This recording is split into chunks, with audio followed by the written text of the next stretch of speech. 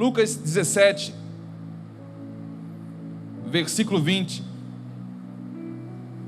Diz assim a palavra do Senhor: interrogado pelos fariseus sobre quando havia de vir o reino de Deus, respondeu-lhes e disse: o reino de Deus não vem com aparência exterior, nem dirão, ei-lo aqui ou ei-lo ali, porque eis que o reino de Deus está entre vós.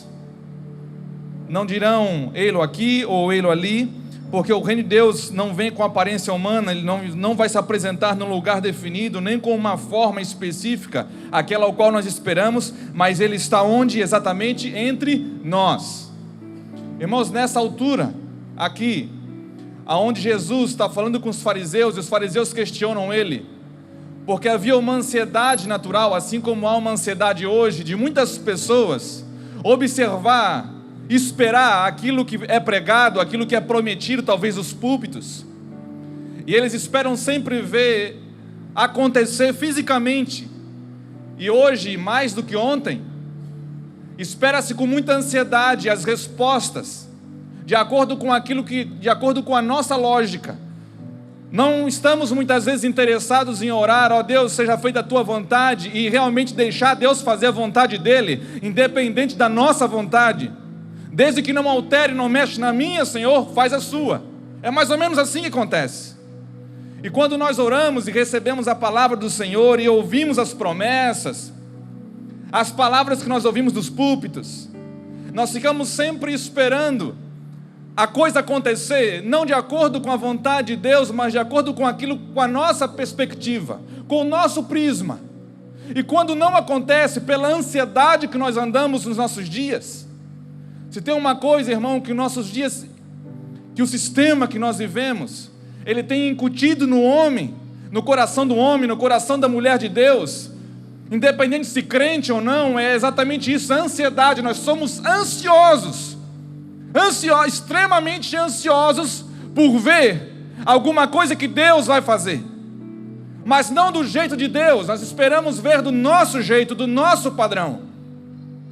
Quantas vezes nós oramos, olha Deus, nós vimos ontem aqui, hoje de novo, a chuva lá fora, e nós oramos, Deus, nós sabemos que a vontade de Deus é o nosso bem. Você tem dúvida disso, irmãos?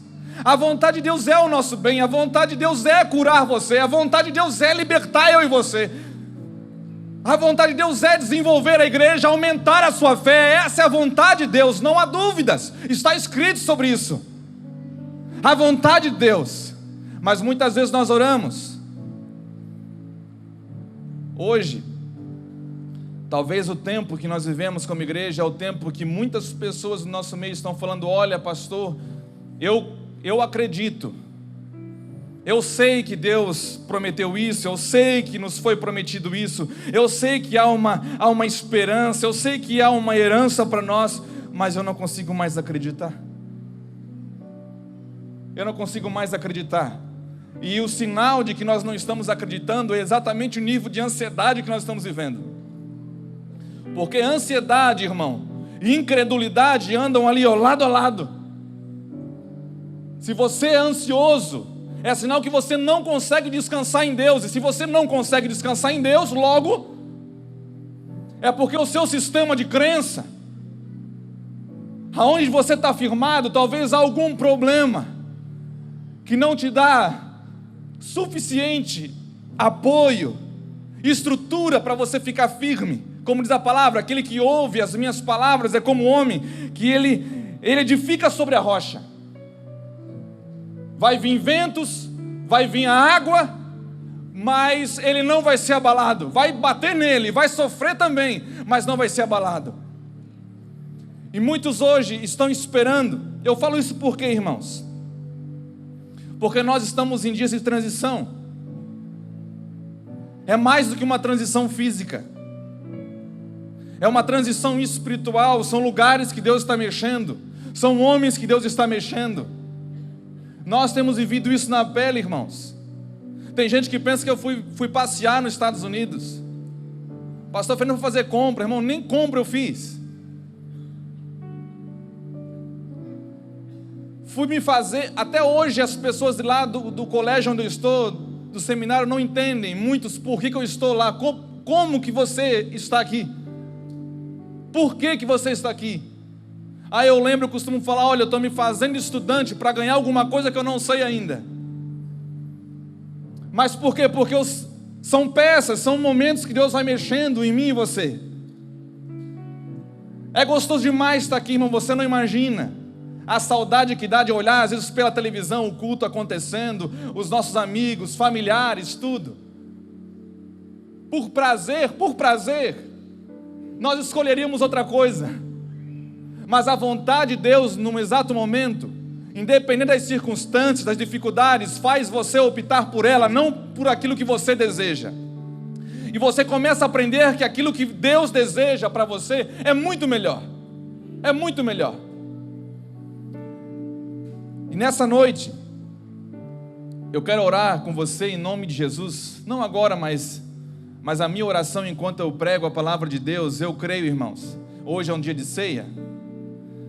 E essa expectativa de ver alguma coisa que Deus prometeu, que Deus veio, mostrou que estava trazendo, especificamente nesse caso dos fariseus, o reino de Deus, que eles queriam ver de acordo com a perspectiva deles, estavam sofrendo debaixo de um poder romano e queriam que o rei viesse, no caso Jesus, mas de outra forma. E quando apresentou o Nazareno, o homem da Galileia, daquele jeito ali, simples, mais para pobre do que para rico. E não adianta falar que na época o jumento era como um carro zero hoje, como muita gente fala. Jesus andou com jumento, então ele era muito rico. Não, irmãos, ele veio de forma simples, para constranger, para chocar a realidade. Dizem que na época, irmão, havia o partido dos fariseus, havia poucas, em Israel, havia poucas pessoas, mas muitos fariseus. O partido dos fariseus era extremamente grande, fora os outros partidos que havia. E quando Jesus veio, mostrando a sua pregação do reino de Deus, o que era o reino de Deus, mostrando que era totalmente diferente da religião da época, irmão, foi um choque tão grande, que o mínimo que eles podiam querer mesmo era matar ele, porque de tamanho escândalo que Jesus fez naqueles dias. E um dos recados que Jesus, um dos ensinos dele, foi exatamente a ceia.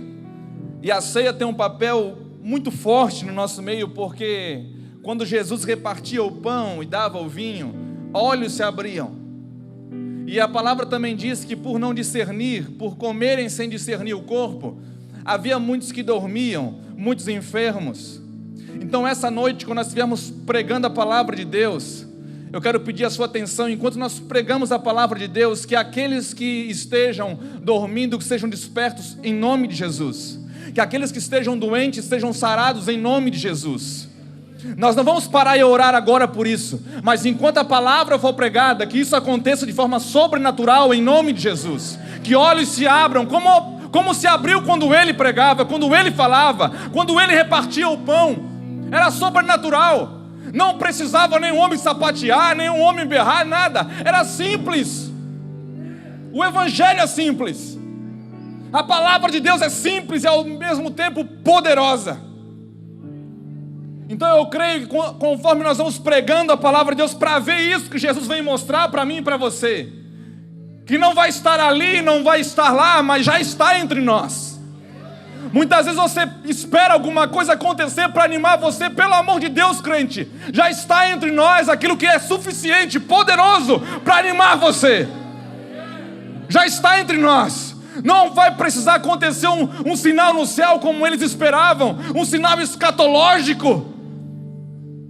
Não precisa. Ele já falou, quando foi interrogado, olha, onde que está, como que vai vir, quando que vai vir esse tal de reino? Porque é a nossa ansiedade, é a mudança que nós esperamos, é tudo que nós esperamos, é uma igreja melhor, é um ministério melhor. Aí pela ansiedade muitos saem, vão daqui para lá e não muda, irmãos, nada muda, porque não vai mudar mesmo. Porque o que você precisa enxergar não está fora, está do lado de dentro. O que você precisa para ser constante, o que você precisa para ser inabalável, O que você precisa para não ser um crente bipolar que uma hora acorda no céu e no meio do dia vai do céu ao inferno várias vezes, não está do lado de fora, está do lado de dentro. É como os fariseus chegaram para Jesus e perguntaram, e Jesus, o reino estava na frente deles, e eles não conseguiam ver, não conseguiam identificar. Jesus estava na frente deles, irmãos. Como os discípulos a caminho de Emaús, conversando com o Messias, com o mestre, do lado dele, perguntando: olha, você não sabe o que aconteceu nesses dias? O homem que veio, que prometeu tanta coisa, ele morreu há 3 dias, e ele estava do lado deles, e eles não conseguiram enxergar. Irmão, olhe para mim, existe algo no nosso meio, em você, que muitas pessoas estão querendo identificar na vida do outro, esperar a resposta que vem do outro, esperar a resposta que vem do pastor A, do pastor B, do irmão A, do irmão B, e aquilo que você espera não está mais no outro, mas está exatamente dentro de você. Por isso que é tão difícil você parar. Por isso que a maior estratégia, como foi no Egito, que Faraó fez ao ver que Deus estava chamando o povo de Israel para todos se transformarem num povo sacerdotal, irem até o deserto, servirem a Deus dia e noite, no monte, conhecerem a Deus, sabe o que Faraó fez? Chamou os seus responsáveis sobre o povo de Israel e falou: aumenta a carga sobre eles, aumenta a carga horária, faça eles trabalhar mais, para que não pensem em servir a Deus, para que não sobre tempo. Hoje a estratégia é a mesma. Por isso que nós sentimos, parece que os dias estão menores. Não parece? Parece que voa, 24 horas parece que não rende mais, irmãos. Parece que 24 é mais ou menos 10 horas, e tão rápido que passa. Por quê? Porque aumentou-se a carga sobre você.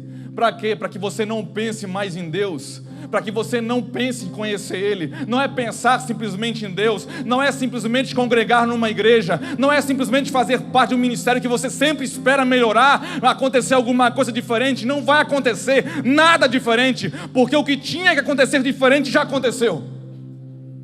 Do lado de fora foi colocado dentro de você, e agora Ele te chama para o lugar secreto, para que você descubra não somente Ele, mas também quem é você. O que é você nisso tudo que nós chamamos de igreja? Aonde que você está? E por não, escute uma coisa, mãe, por não conhecermos aquilo que passou, por termos pouco entendimento das coisas que estão por vir, nós mergulhamos em ansiedade, em egoísmo, nos tornamos uma igreja, irmão, sempre esperando alguma coisa acontecer do lado de fora. O que vai acontecer hoje? A expectativa, irmão, ela está desfocada.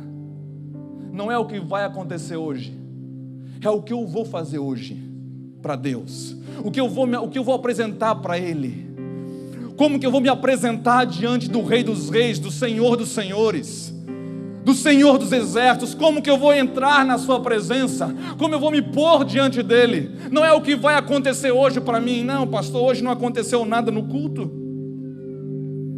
O culto hoje não foi bom, eu não ganhei nada, nem cantar a música que eu gosto.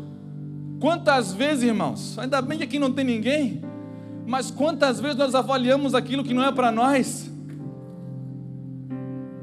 como se nós tivéssemos o direito de escolher, de avaliar se o louvor está bom ou não. O louvor é para Deus, não é para nós. Eu quero ministrar sobre isso para você aqui, usando do contexto desse capítulo, usando parte desse capítulo, porque anteriormente, quando o escritor Lucas vai descrevendo ali o capítulo 17, ele começa falando no versículo 3 o seguinte: olhai por vós mesmos, e se teu irmão pecar contra ti, repreende-o, e se ele se arrepender, perdoa-lhe. Quantas vezes? Se pecar contra ti 7 vezes no dia, 7 vezes no dia vier ter contigo dizendo arrependo-me, perdoa-lhe. Disseram então os apóstolos ao Senhor: Senhor, então acrescenta-nos a fé. Que essa noite Deus acrescente, irmão, fé, em nome de Jesus na igreja, amém? Para quê? Para perdoar não somente 7, mas se preciso for 70 vezes 7.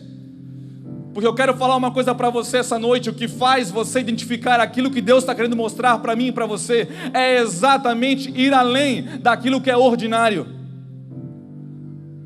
daquilo que foi mandado você fazer. A revelação do reino não está, irmão, presa, incutida na lei. Ela vai além da lei. Ela vai além de você perdoar o seu irmão uma vez. Ela vai além, irmãos. Por isso que Jesus falou, olha, anteriormente foi dito que o homem cometia adultério quando se deitava com outra mulher. Mas agora, no reino, com a minha presença, não é mais simplesmente quando um homem deita com uma mulher, é além. É quando você deseja uma mulher que não é sua.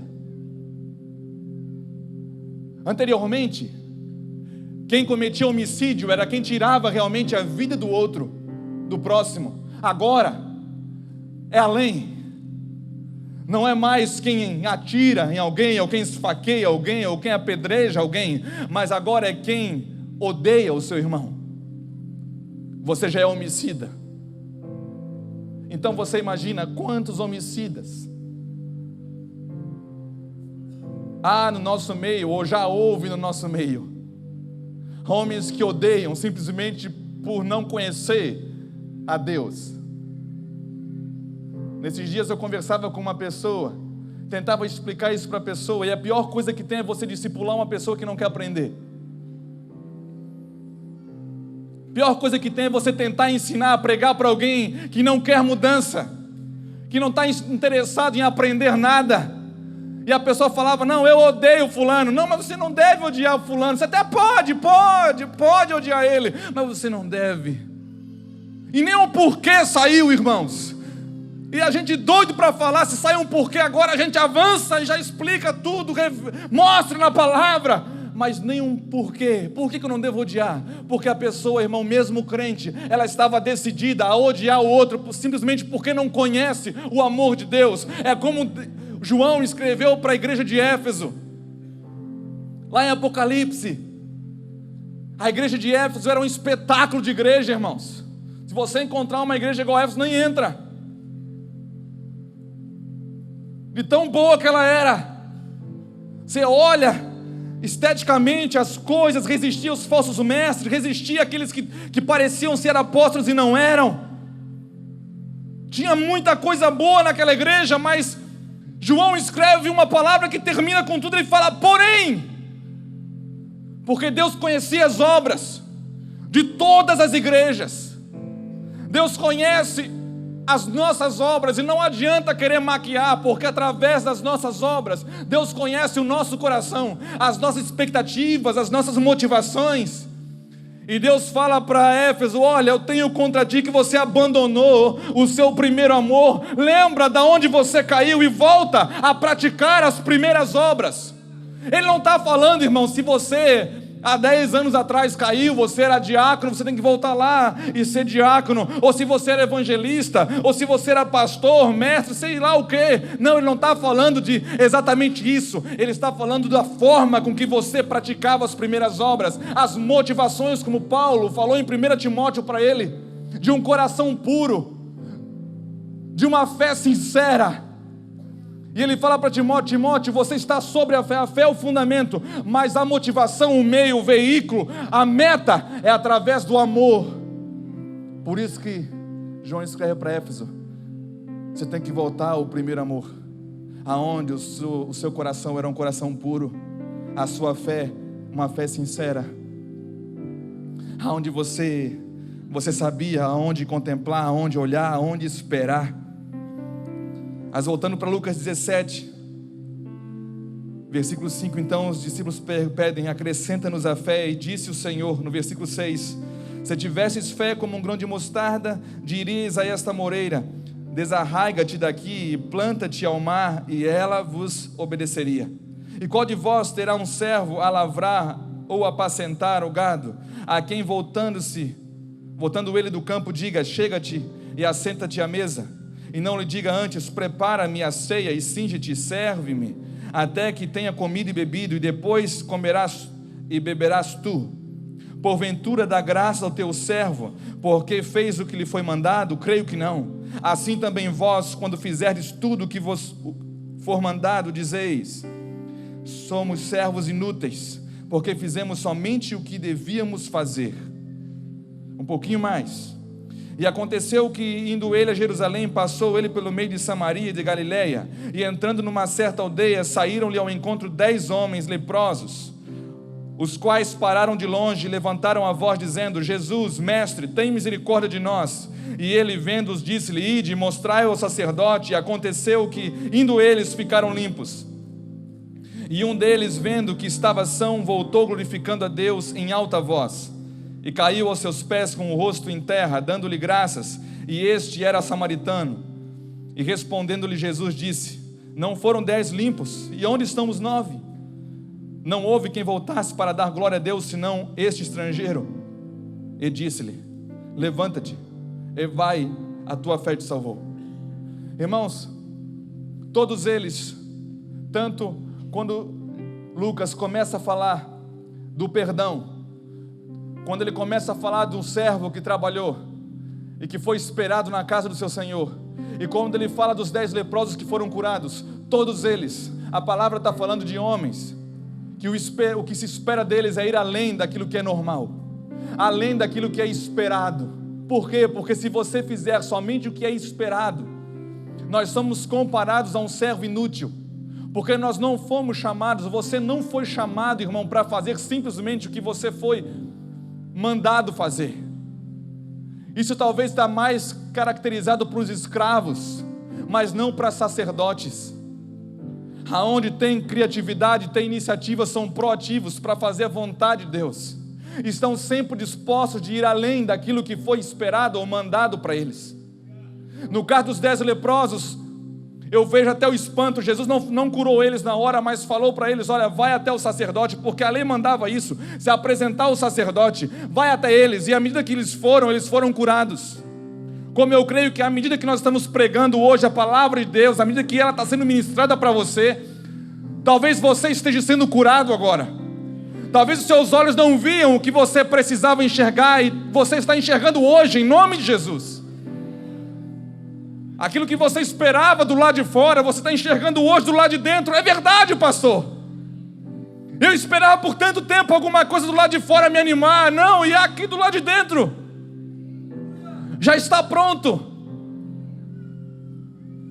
E dos 10, de novo, um samaritano, um homem que não tinha, os samaritanos que eram menosprezados por Israel, somente um, quando viu, se apresentou aos sacerdotes, e quando percebeu que realmente foi curado, ele não fez simplesmente o que foi obrigado, ele deu além, ele foi além, ele fez além. E por voltar, irmão, e prostrar-se diante do mestre, ele viu o que os fariseus não viram. Os fariseus estavam diante de Jesus e não viram ali o reino de Deus, a mensagem do reino. Um samaritano, sem aparência, sem o título, sem história, sem moral nenhuma, Deus fazendo para confundir aqueles que são. Um homem simples, leproso, ele percebe a grandeza do milagre e decide voltar, irmãos. Simplesmente se atira aos pés do Senhor, e ali ele percebe quem realmente era Jesus. Mateus 16. Um dia Jesus, voltando de uma conferência de curas e maravilhas, ele chama os discípulos e pergunta: o que a multidão diz que eu sou? Irmão, tão ruim quanto se escandalizar nele é você fazer uma ideia a respeito de quem é o Senhor. E para sua surpresa, a multidão falava, não conhecia Jesus, era curada por ele, tocada por ele. Os cegos viam, os mudos falavam, os cativos eram libertos. Mas quando os discípulos abriram a boca para falar o que a multidão realmente falava, quem era Jesus, a resposta era a mesma. Uns dizem que tu és João Batista, uns dizem que tu és Elias, outros um profeta. Está errado, irmãos. Ainda que seja comparando com um grande homem de Deus, Jesus não é um profeta. Jesus não é um homem especial. Jesus não é um libertador. Jesus é o libertador. Jesus é o profeta. Jesus é o Senhor. E essa característica, essa singularidade do Mestre, a multidão não conhecia.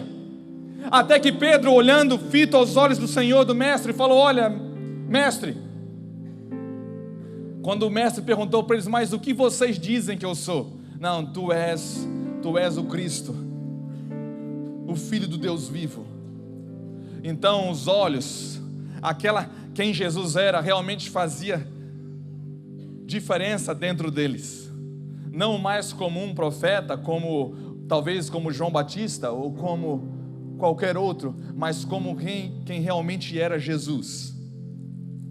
Assim como os fariseus que desejavam vê-lo, assim nós, irmãos, hoje, eu quero falar para você, muitos de nós precisamos enxergar coisas que Deus está querendo mostrar para mim e para você, para fazer sentido a sua vida, para trazer sentido a você, para trazer propósito à sua vida. Porque até que não reconheça quem Jesus realmente é, não há propósito definido, não há sentido definido. Por isso nós vemos tantos dormindo, tantos doentes, por não discernir o corpo. Por isso que aqui ele fala: olhai por vós mesmos. Por isso que Paulo também fala: avaliai cada um a si mesmo. Avaliai cada um a si mesmo quando vocês pegarem do pão hoje. Mas não é para avaliar, irmão, se você merece. Deixa eu já falar para você: você não merece. Eu não mereço. É porque nós estamos em Cristo. Eu louvo a Deus quando as Escrituras dizem que nos últimos dias tudo voltaria a convergir em Cristo, tanto nos céus quanto na terra. Porque hoje, irmão, há muitas coisas que nós chamamos de religião, mas desfocadas de Cristo. Estão baseadas num profeta, estão baseados na lei, estão baseados em muitas coisas, mas tudo precisa voltar para Cristo. As pregações precisam voltar para Cristo. Porque nós somos quem somos, porque nós estamos em Cristo. Não é porque nós somos bonzinhos, não porque você sabe fazer alguma coisa, não, é porque você está em Cristo. Então hoje, quando você comer, avalie-se a si mesmo. Mas saiba, irmão, que isso daqui é algo muito sério, capaz de fazer homens dormirem ou ficarem enfermos. E quando você come do pão e bebe do suco, do vinho, você está se fazendo um com Ele. Então você deve olhar e avaliar seriamente exatamente o que você está fazendo. A minha oração hoje, em nome de Jesus, é para que olhos se abram. Olhos se abram, irmãos. De repente você vai ver aquilo que Deus está querendo revelar para você. De repente vai fazer sentido aquilo que Deus está há tanto tempo querendo mostrar para você. E você não vai mais esperar de um homem. Você não vai mais esperar do lado de fora. Nesses quase um ano, aonde o filho chora e a mãe não vê, irmãos. Porque assim acontece. E eu descobri uma coisa: como é importante o lugar em Deus que você entra. Porque esse lugar de Deus onde você entra, você pode cruzar o oceano e Ele está com você. E quando as coisas parecem, quando a música, como nós cantamos hoje, quando a música se cala, quando parece que as coisas não fazem mais sentido, aquele lugar que você tem em Deus é o que te sustenta. Porque Ele já não é mais um profeta para você, Ele não é mais alguém para você. Você sabe, Ele é o Cristo, Ele é o Filho do Deus vivo. Ele é o lugar que eu preciso, Ele é a rocha que eu preciso estabelecer a minha casa. Ele é a cura, Ele é o amor que eu preciso fluir. Ele não é só o meu Salvador, Ele é o meu Senhor também, aquele que me guia. E se eu estou nele, eu preciso andar como Ele andou. Ele é mais do que aquilo que eu pensava que Ele era. E vou descobrir que Ele é muito mais do que aquilo que eu sei que Ele é hoje. Porque a fé, como os discípulos pediram, olha, acrescenta-nos a fé tem um caráter progressivo. Ela cresce, ela é aperfeiçoada dia após dia, dia após dia, dia após dia. Para que você e eu, como igreja, nós possamos crescer, irmão, e não viver na mediocridade. Quando nós olhamos muitas vezes uma igreja, como os nossos dias, uma igreja que podia estar fazendo diferença em tantos lugares, se esbarrando igreja com igreja, mas por não saber, não ter essa revelação, esperando alguma coisa externa ainda, esperando o prédio mudar, esperando uma nova organização ministerial, esperando alguma outra coisa, sei lá, ao passo que aquilo que Deus está querendo mostrar para nós não está mais nas coisas, não está mais em alguém, está aqui dentro. Eu profetizo sobre a sua vida hoje, quando você comer da ceia, níveis de revelação maiores vai acontecer na sua vida. Você não vai mais orar como você orava. Você não vai ser mais do crente que falava: pastor, eu sei, mas eu não acredito mais. Não, você vai saber e você vai acreditar, irmão, em nome de Jesus. Há esperança. Não se enquadre naquilo que 1 Pedro fala. Olha, muitos que falam que as coisas não mudaram, permanece a mesma coisa, então nada mais vai acontecer debaixo do céu. Não, irmão, vai acontecer, está acontecendo. Está acontecendo. Nós estamos no meio de chacoalho. Deus está abalando as estruturas de tudo. Você não percebe? Ah, pastor, mas é muito triste isso que está acontecendo. Que triste, irmãos. Nós oramos por anos para que Deus limpasse, destruísse o império de corrupção na nossa nação. E quando começa a mexer, o crente incrédulo é o primeiro a amaldiçoar a nação. Quantos crentes que eu ouço: olha, o Brasil não tem mais jeito, está perdido. Irmão, nesses dias eu quase avancei num que falava lá na América, falando para mim: olha, eu não quero mais voltar para a minha nação, porque aqui lá não tem mais jeito. Eu olhei para ele e falei: olha, irmão, se você não ama a sua nação, você não pode ser usado por Deus em lugar nenhum. Você não é digno, porque é a sua nação. Um povo que amaldiçoa a sua própria nação é um povo, irmão, misericórdia. É um povo que não sabe quem é. É um povo que não acredita em Deus. Nós precisamos, sabe do que no Brasil? Consciência de pecado. Consciência, porque onde abundou o pecado, superabundou a graça de Deus. Consciência de pecado. E Deus está chacoalhando as estruturas. Tudo está se tornando, está sendo abalado por Deus. E tente, irmãos, enxergar além essa noite, em todas as áreas da sua vida. Se você ora pelos seus filhos e parece que nada acontece, tente enxergar além. Se você espera o reino, ele já está entre nós, mas ainda existe algo além. Crentes hoje vivem como se nunca fossem morrer, e vão morrer como se nunca tivessem vivido, porque não acreditam mais. Aí eu ouvi um nesses dias também, que falou: olha, eu nem gosto de ouvir esse negócio de escatologia, daquilo que vai acontecer. De novo, irmão, deu vontade de pular no pescoço dele. E eu falei: como é que é? Você não gosta de ouvir? Então você nem crente é.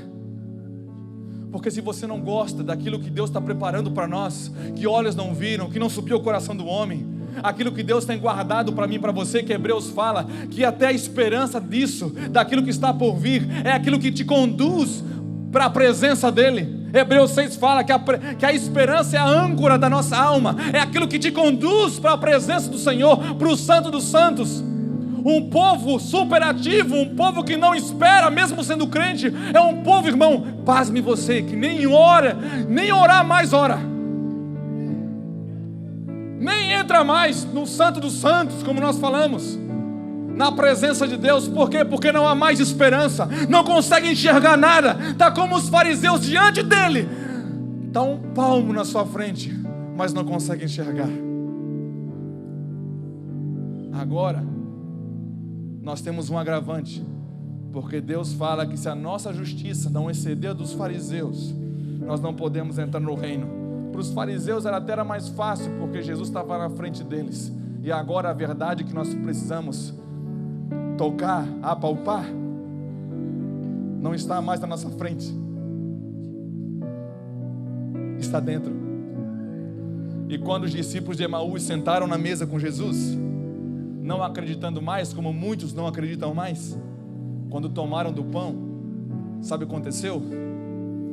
Os olhos se abriram e o Senhor desapareceu, porque não precisava mais estar diante deles, porque agora os seus olhos espirituais tinham se aberto já para Ele. Muitos desejarão ver um só dia do Senhor. Que essa noite, quando você colocar na sua boca esse pão e esse vinho, que os seus olhos se abram em nome de Jesus. Em nome de Jesus. Vamos cear? A ceia hoje faz parte da pregação, irmãos. Nós vamos fechar a pregação com a ceia, porque é isso que nós precisamos. Isso não é um ritual qualquer, irmão. Nós não fizemos a ceia para cumprir uma agenda. Você não está ceando hoje para cumprir a agenda, irmãos. Isso é um mandamento do Senhor. Mas não faça como mandamento, por ser obrigado. Porque aquele servo que faz só o que é obrigado é chamado como servo inútil. E nós não queremos ser uma igreja inútil. Nós queremos ir além do mandamento, fazer disso um momento vivo para mim e para você. Em nome de Jesus. Os irmãos que vão servir, podem vir aqui na frente. Aleluia.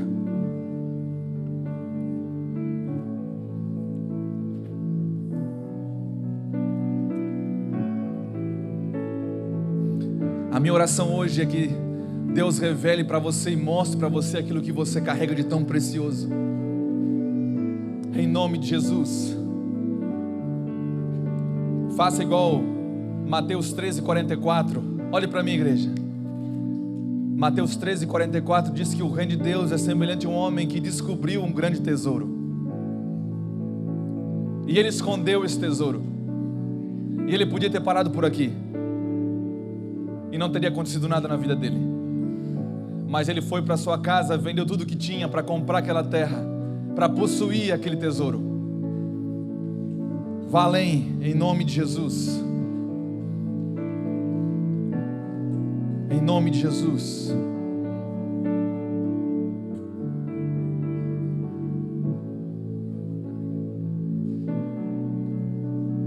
Vamos adorar o Senhor? Em nome de Jesus. Porque dele, por ele, para ele são todas. Aleluia, nós te adoramos, as Senhor. coisas.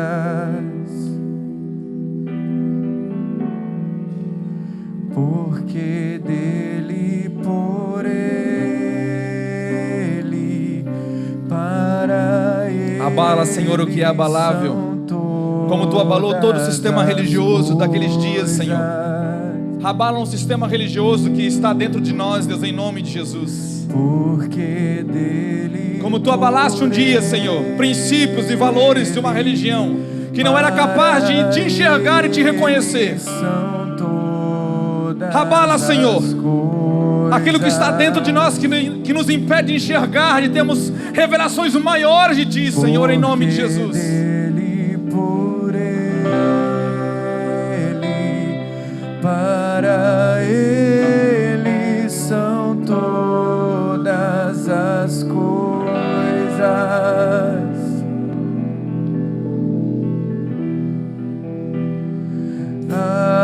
Ele a glória,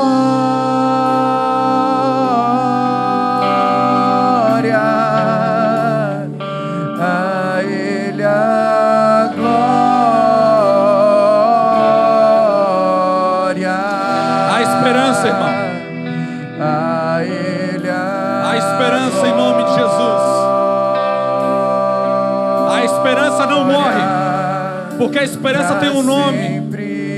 E o nome da nossa esperança está acima de todo nome. Em nome de Jesus, e o seu trono está acima de todo principado e potestade. Te adoramos, Senhor, essa noite. Nós te louvamos pela oportunidade que nós temos, pelos dias que nós vivemos. A Ele a glória,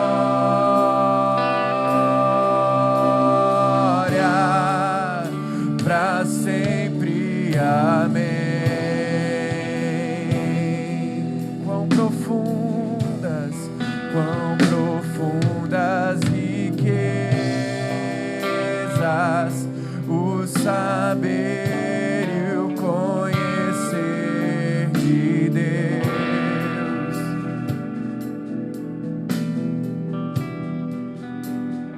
Quão insondáveis seus juízos e seus caminhos.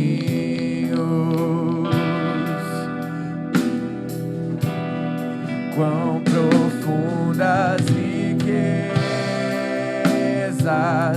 o saber e o conhecer de Deus.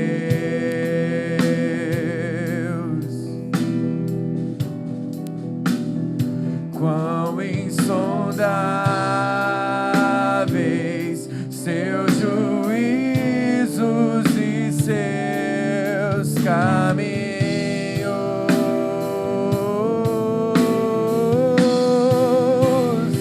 A Ele a glória,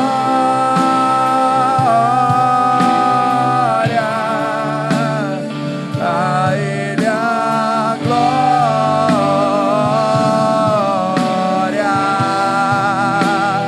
a Ele a glória,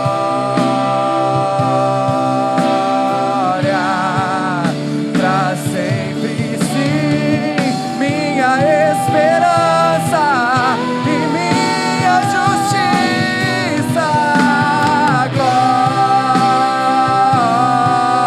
Glória, a Ele a glória,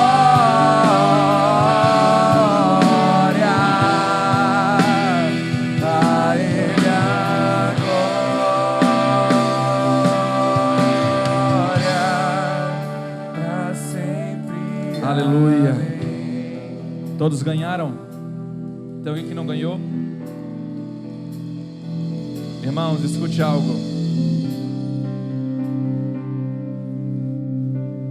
Vamos orar para que Deus levante uma igreja, irmão, que vá além, que não espere mais daqueles que está algo visível ou de alguém.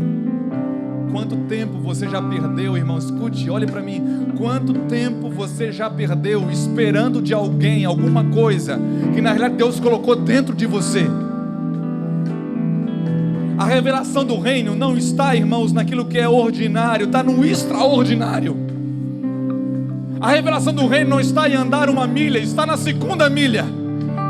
A revelação do reino não está quando te pedem a túnica, está quando você entrega logo a túnica, a capa, quando você entrega tudo.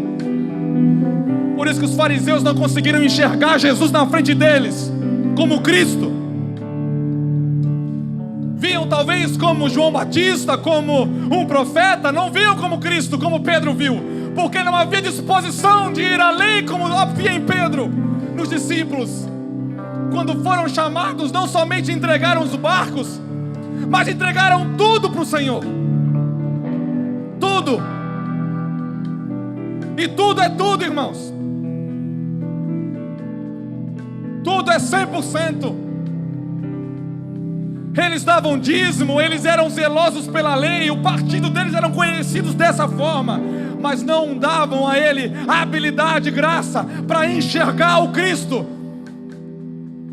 aonde Deus estava estabelecendo todas as coisas. Ficaram à margem pela mediocridade, irmãos. Um dia, antes de nós comermos agora, um dia Eliseu foi cercado pelo exército da Síria, ele e o menino que servia a ele, e o exército todo, irmãos, por causa de um profeta. Imagina só a importância do homem. Não era qualquer coisa. Para os incrédulos era o fim do mundo, mas para o profeta não era nada, irmão. Só mais uma manifestação de poder de Deus, para glorificar o nome do seu Deus. E o menino foi lá fora. Na hora que bateram na porta, que ele viu aquela tropa de exército todinha, o menino ficou apavorado. Ele já voltou para o profeta e falou: olha, nós vamos perecer, só eu e tu aqui. E o profeta só orou a Deus e falou: olha, Senhor, abra os olhos do menino para que ele veja o que está acontecendo agora. Porque a situação, irmão, era caos. Se você pensa que hoje os dias eram ruins, dia ruim era dia do profeta, irmãos. Um exército todinho contra um homem. Tinha crente que ia se matar na hora já. E na hora que o menino saiu lá e ele olhou para trás, ele viu que havia carruagem de fogo, carros e cavaleiros. O que os olhos deles antes não viam, naquele momento enxergaram. Por isso que fez do profeta ter tanta paz assim. Irmãos, no meio da tempestade é momento e é possível ter paz. No momento da adversidade, no momento onde as circunstâncias são contrárias, no momento onde as notícias são terríveis, é possível ter paz. É possível ter paz. Homens de Deus se manifestaram e foram conhecidos como homens de Deus, não em momentos favoráveis, não, eram em momentos difíceis. Aonde você, em Malaquias, irmãos, tem um livro onde Deus escreve o nome de todo aquele que diz para o seu irmão: olha, vale a pena acreditar. No momento que os homens de Israel olhavam um para o outro e falaram: olha, nós estamos perdidos, havia uma meia dúzia que Deus sempre guarda na manga, aonde olhava para o outro e falou: olha, vale a pena a esperança. Aquilo que nós esperamos vai acontecer, resta-nos um descanso, como diz no livro de Hebreus.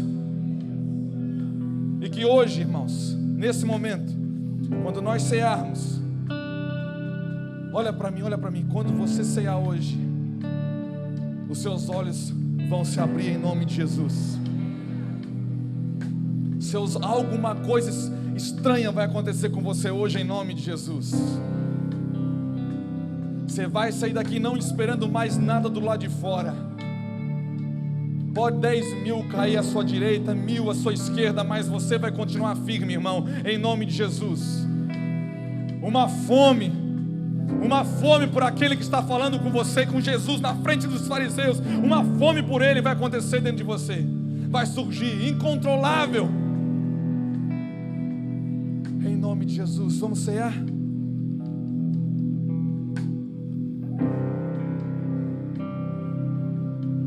O pão mudou, irmãos. Tá chique o negócio, sem vermelho. Irmãos, que privilégio, irmãos. Que privilégio. Que privilégio. Feche seus olhos um pouquinho. Não é religião, mas feche um pouquinho, só para você imaginar que privilégio você tem. Conhecer o Rei dos Reis, o Senhor dos Senhores. E tudo que você precisa fazer é não estragar, irmãos. Não estragar o que Ele está fazendo através da sua vida em você. Nós te louvamos, Senhor, essa noite. Nós bendizemos o Teu nome, Senhor. Nós te adoramos com temor e tremor diante do Senhor. Com temor e tremor, Senhor. Não vamos comer indignamente, mas sabendo, Deus, que como é sério. Nós queremos fazer parte disso. Em nome de Jesus. E na noite que ele havia de ser traído, ele pegou o pão. Ele pegou o pão. Agora olha para cá.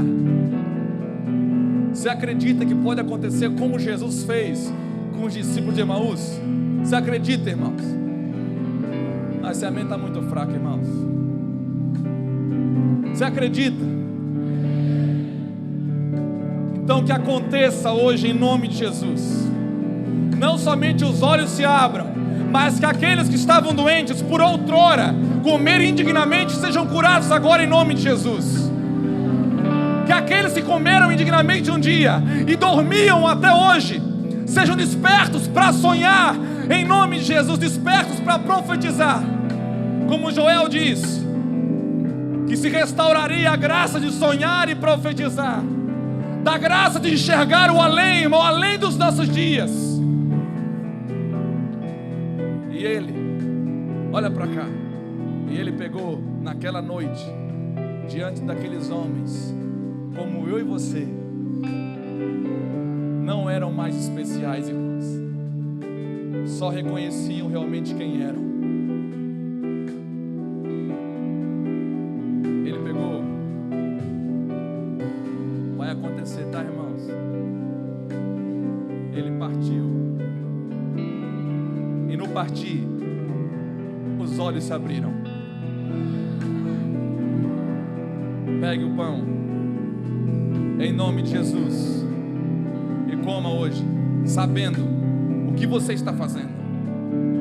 Avalie-se a si mesmo e coma, diz a palavra de Deus, com tremor, irmãos. Isso daqui, nós falávamos esses dias, é algo muito sério. Coma do pão em nome de Jesus.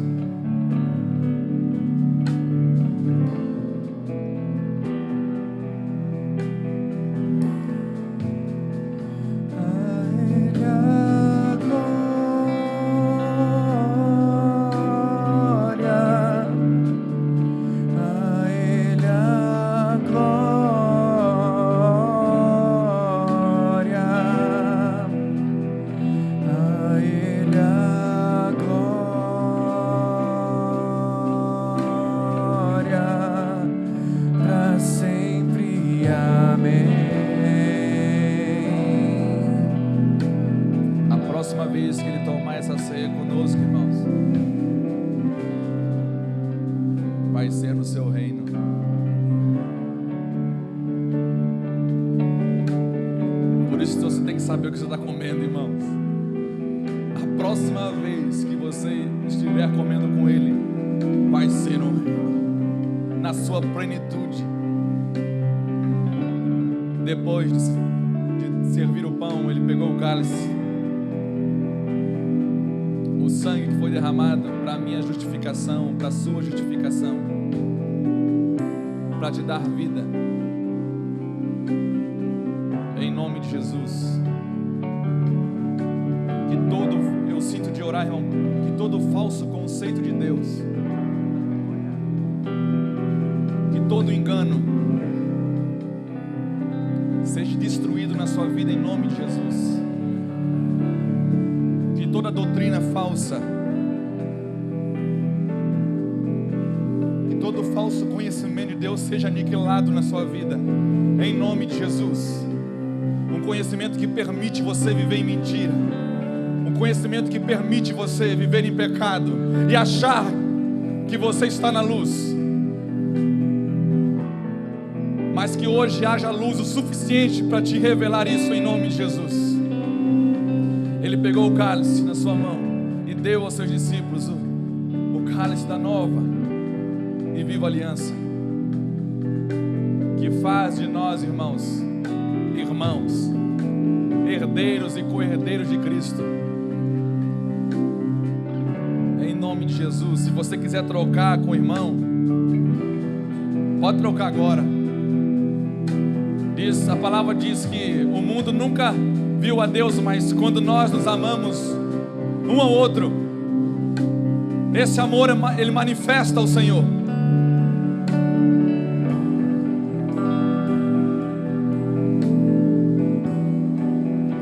trocar.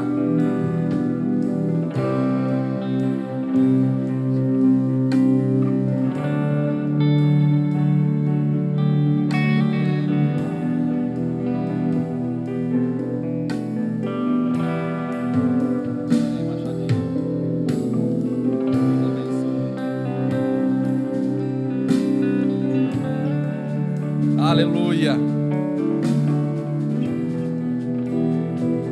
Aleluia. Aleluia. Pega o seu cálice, irmão, e participe. Essa é a nossa aliança eterna, em nome de Jesus. A Ele a glória. Você pode aplaudir o Senhor. Aplauda com força. Ele é digno